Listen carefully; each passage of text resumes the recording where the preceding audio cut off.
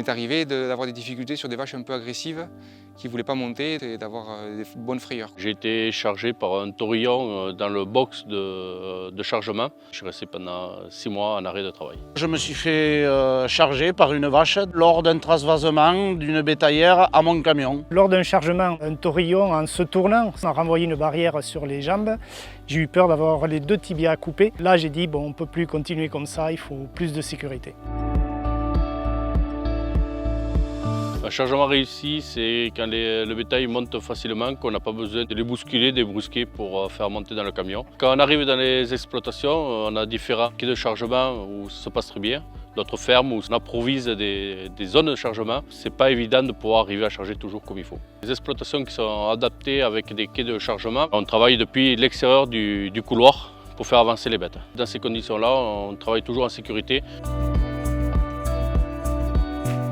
J'avais gardé la place pour prévoir le quai plus tard. Il s'est fait 5-6 ans après. Bon, je ne regrette pas après l'usage, autant que ce soit pour avec les chauffeurs qui viennent ou moi quand je charge des bêtes en bétaillère.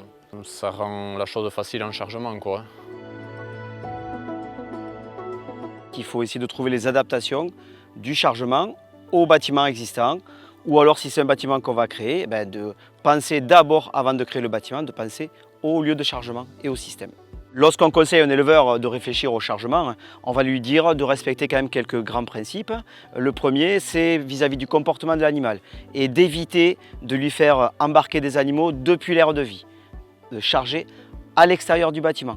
On favorise le chargement collectif avec leur instinct grégaire de suivre d'autres animaux. On va prioriser tout ce qui est parois pleines et en général, la position du quai sera toujours en oblique ou en tout cas parallèle au bâtiment.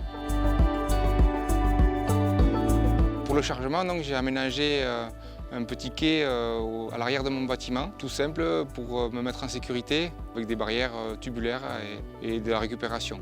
Pour l'accès des bâtiments, j'ai préféré faire comme une rocade qui fait tout le tour. Et comme ça, le camion arrive d'un côté, il se gare et il repart de l'autre côté. Le quai, il est dans cet esprit-là. Les vaches, elles s'en mangent depuis le box et elles vont directement dans le camion sans le voir, quoi. J'ai décidé de développer l'activité, d'agrandir, 170 taurillons par an. Donc il fallait quand même travailler à l'aise et dans la sécurité. J'ai opté pour un quai de chargement avec une porte anti-recul et notamment pour la sécurité des chauffeurs. L'accès pour les camions, de plus en plus, c'est des engins imposants. On a fait un sens de rotation, marche en avant, jamais de marche arrière. Ce matériel m'a apporté beaucoup plus de tranquillité, pas d'énervement du bétail, parce que c'est assez fonctionnel, les animaux sont toujours en avançant, même le chauffeur pourrait presque charger les animaux tout seul.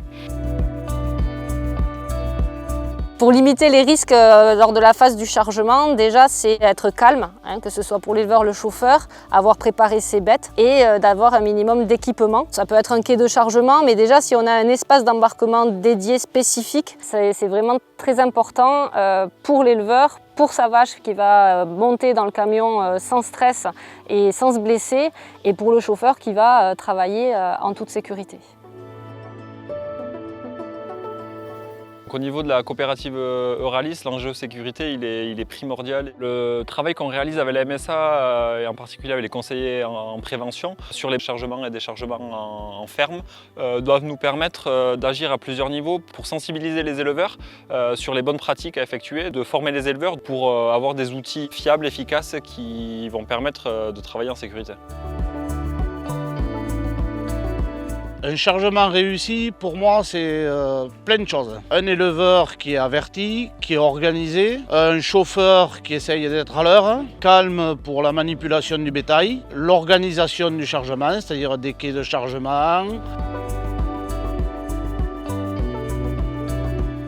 Les éleveurs ont compris que si eux se font mal, il n'y a plus personne pour travailler. Donc ils passent à leur sécurité et à la nôtre.